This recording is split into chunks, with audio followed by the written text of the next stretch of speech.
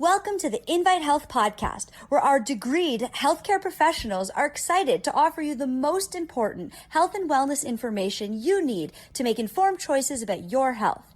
You can learn more about the products discussed in each of these episodes and all that Invite Health has to offer at www.invitehealth.com/podcast. First-time customers can use promo code podcast at checkout for an additional 15% off your first purchase. Let's get started. When thinking about vitamin K, oftentimes we go right away and think about our green leafy vegetables, which is a good place to start because we know that that is where we get the majority of our vitamin K1 sourced from.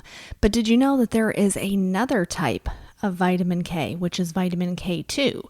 Now, this is found in things like egg yolks and even certain cheeses and certain meats, but we know that vitamin K2 does some really unique things in the body that are slightly different than the way that vitamin K1 works. And I want to talk about vitamin K2 and the circulatory system and brain health today. So I am Amanda Williams, MD, MPH, and let's kind of differentiate between the two different vitamin K. So vitamin K1, this is our most common form of vitamin K.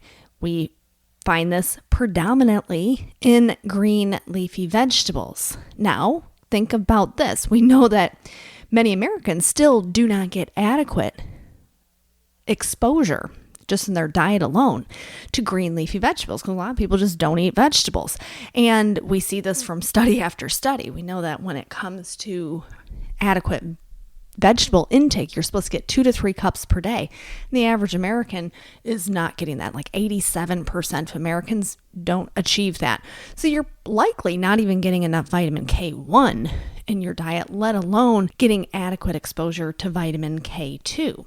Now, when we look at the way that vitamin K2 is working, it is really, really impressive because the way that vitamin K2 is working in the bones, for example, I always say vitamin K2 works kind of as a taxi driver. It goes through and it finds calcium and it helps drive it into the bone. But the way that it's doing this is via activation of a specific protein known as osteocalcin. And when osteocalcin is activated by vitamin K2, it's binding that calcium tightly to the bone minerals itself. So it helps to create stronger bones. So this is one unique characteristic of vitamin K2. But we also know that it does something really quite unique, which is it activates a protein called matrix GLA. Now, when matrix GLA is activated from vitamin K2, this actually prevents calcium from being deposited into arteries. So I always describe vitamin K2 as being this taxi driver. It picks up calcium, makes sure it's making its way into the bones and it's not lingering in your bloodstream.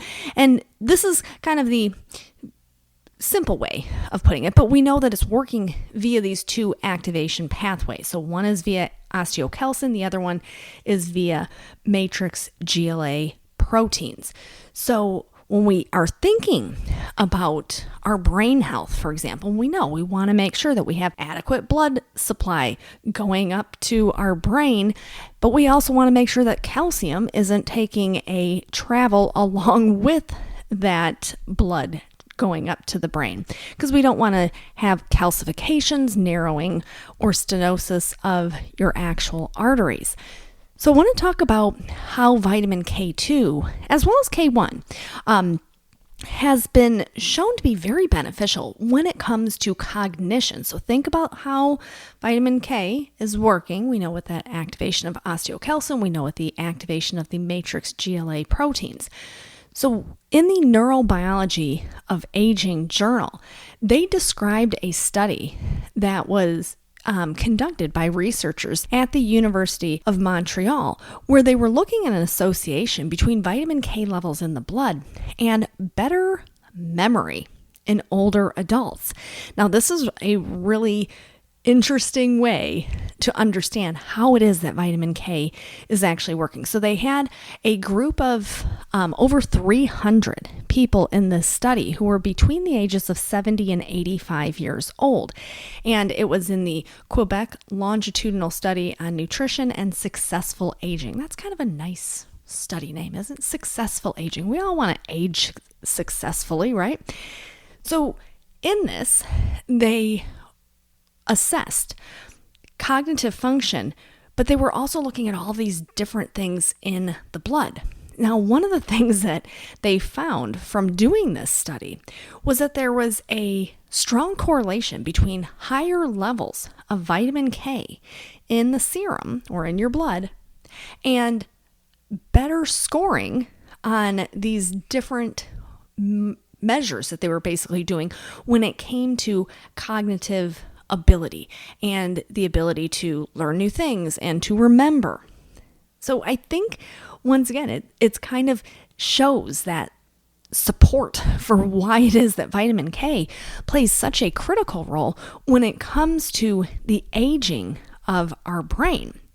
So we can think about how we need proper blood flow. We can think about how we want to make sure calcium is not going along for the ride, but we also can look and see that the power of our vitamins in our body do so much more than what we even recognize them to be able to do. So when people come to us and they say, should I be taking vitamin K2? What is K2? I always say yes. I mean, think about the lack of exposure that just comes from dietary intake alone for both K1 and K2.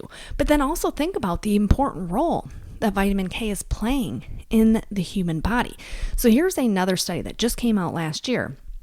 And this was published in the Nutrition Neuroscience Journal, looking at how vitamin K2 was protecting neuronal cells.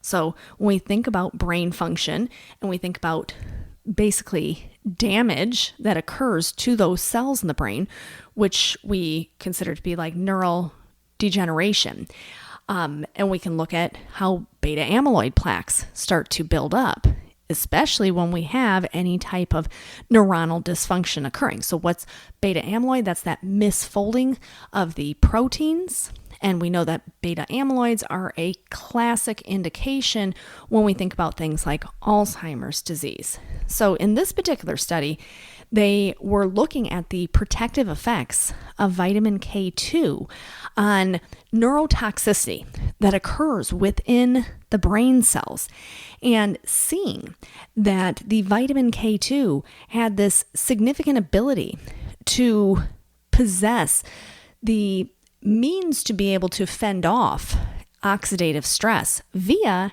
antioxidant properties, which is really kind of a unique way to think about vitamin K, because we usually think of our antioxidant vitamins like vitamin C and vitamin E, but yes, vitamin K also has antioxidant components to it.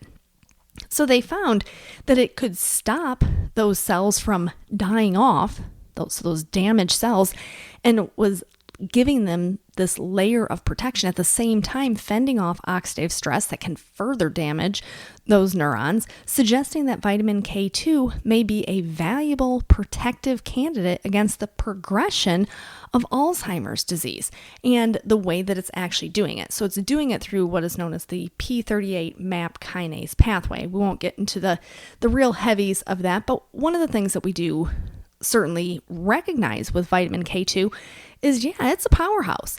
This is a big powerhouse vitamin. And looking at the Western diet or the standard American diet, we know that we're deficient in vitamin K1, but especially vitamin K2. So the average American diet lacks enough vitamin K2. And when you think about what we need vitamin K2 to actually be doing, I said, if we just look at it in that simple term, say, okay, we need it to pick up calcium, take it out of the bloodstream, take it to the bone. But it's doing that through the activation of those two components, those two proteins, so osteocalcin and matrix GLA proteins.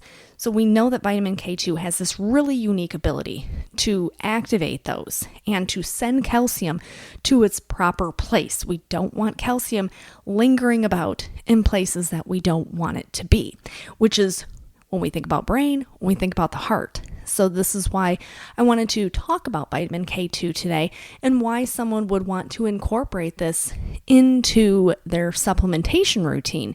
Because if it's not just for your heart, think about your brain and seeing the studies that continue to reinforce just how powerful vitamin K is playing when it comes to our aging process and when it comes to our cognitive abilities. We certainly don't want to overlook this key and very essential vitamin in the body. So that is all that I have for you for today. I want to thank you so much for tuning into the Invite Health podcast. Remember, you can find all of our episodes for free wherever you listen to podcasts or by visiting invitehealth.com/podcast. Now do make sure that you subscribe and you leave us a review. You can follow us on Facebook, Twitter, and Instagram, and we will see you next time for another episode of the Invite Health podcast.